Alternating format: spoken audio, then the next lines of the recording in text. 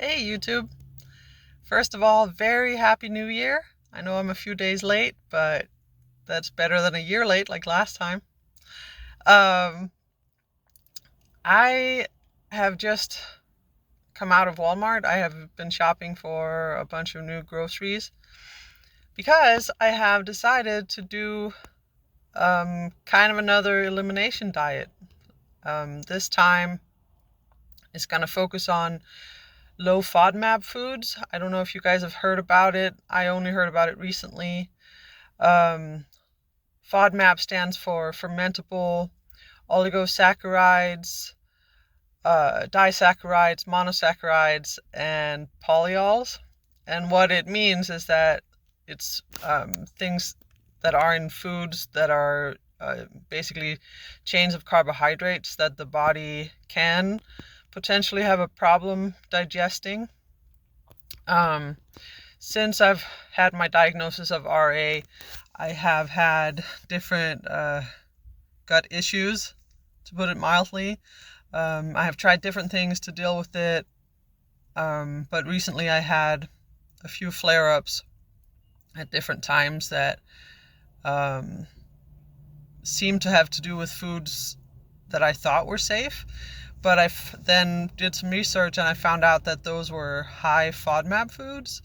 So then I learned that there is a Low Fodmap Diet that you can follow for a few weeks to try to reset your gut biome or gut bacteria, and hopefully be able to reintroduce a bunch of foods again slowly after that without problems with inflammation. So what happens is your gut gets inflamed and it can cause gas and bloating and constipation or diarrhea or both at different times, extreme pain, um, and just like burping and all that fun stuff that comes with gas. So it's super uncomfortable and no fun to talk about. So, but we're going to try to see if we can do something about it ourselves since it's impossible to get to a doctor. I still haven't seen one for my rheumatology. Um, Still hoping that referral goes through and I get to see one soon. I'm going to call tomorrow and see if they receive the referral um, and go from there. So, but I'm going to take these groceries home and then I'm going to show you what I got and we'll go from there. All right. Happy New Year, everyone. See you in a bit. Hey guys, so I just made it home with all my groceries and I'm gonna show you what I got and let you know what it cost. And yeah, then we'll talk about what to do with all of this. So first of all, here is my groceries. First up is a package of chicken breast tenderloins. Um, I got 3 pounds of them and they were $11. Then I picked up 2 packets of green beans and they were 98 cents each.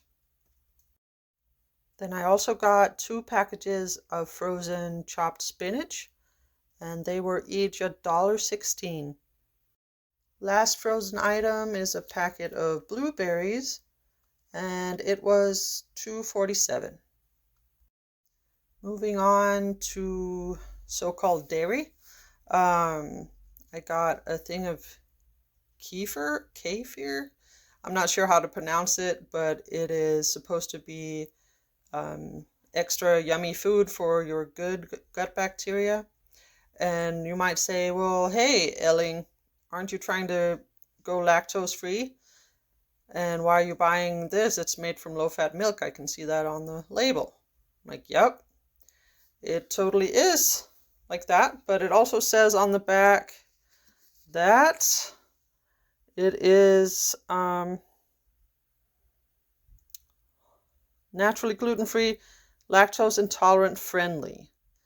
And so I'm willing to risk it to try and get some of these good probiotic cultures into my diet, so we'll see how it goes.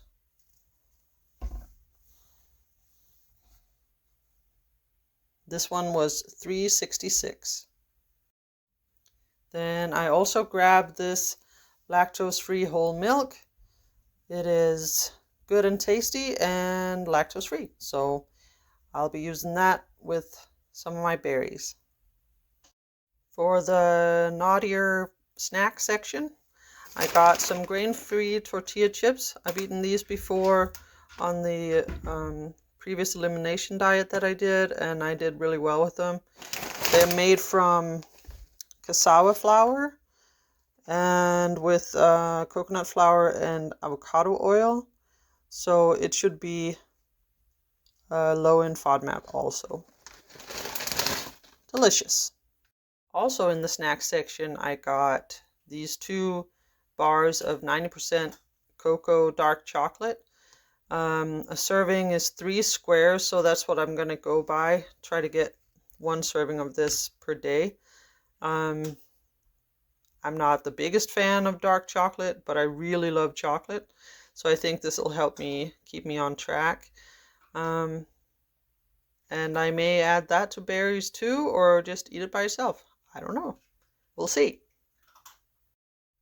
For the fruit section, I got some bananas. These were decently ripe, but not overly.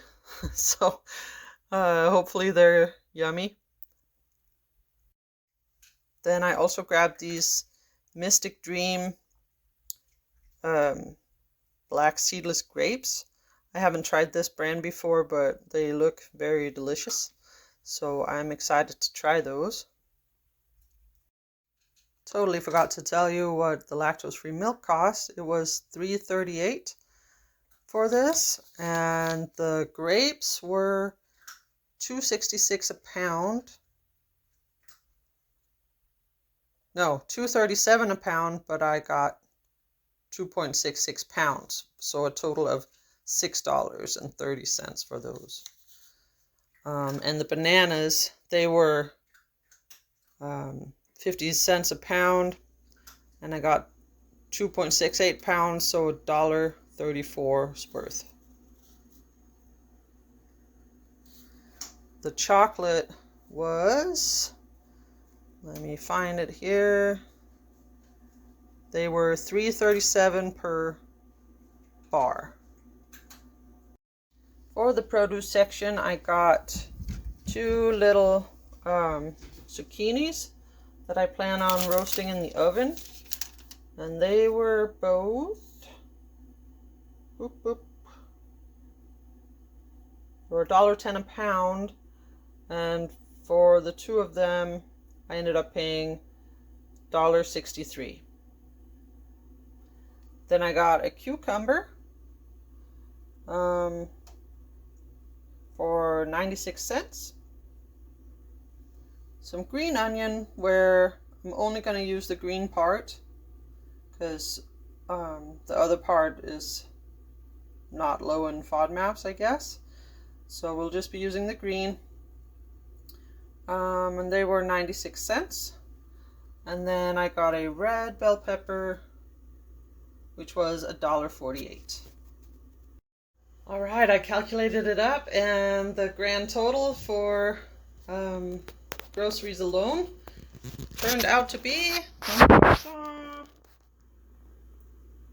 $50.44.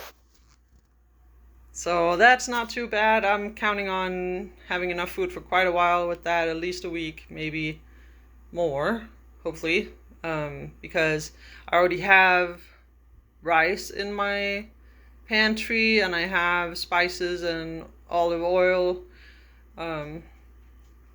things like that. So, oh, and I also have eggs that I just got the other day, so they should be fine. And also, there's still an egg shortage at our grocery stores here in Oregon, or at least here in Western Oregon. I don't know about you guys, but there's been an issue with avian flu.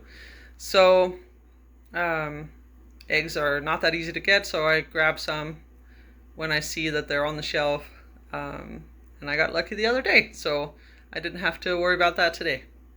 And yeah, this should do me for a bit. I'll meet you at my desk in a little bit, and I'll talk to you some more about this diet and how hopefully that's going to work. All right, thanks. See ya. I have to say that's a pretty good haul. And oh, hi, New New. Hi, Dodo. Can you say hi to the people? New New. Hi, bud. Dodo, say hi. Oh, good boys. Yeah, good boys. They're super interested in what I got too. The rest of what I got is probably not very interesting for you. It has nothing to do with diet, but I got some filters for my furnace. I got some paper bowls that I use to feed my cats. And I got a calendar that, yep, it says July 2024, but it has all of 2025 in it too, and it was marked down to $1. And it's cute with flowers on it. I really like it. I'm going to keep it at my desk so I can track workouts and things like that on it. Keep myself accountable. And then I got 2 storage bins that I'm just going to use to organize some stuff in our shed. Nunu was pretty interested in that too.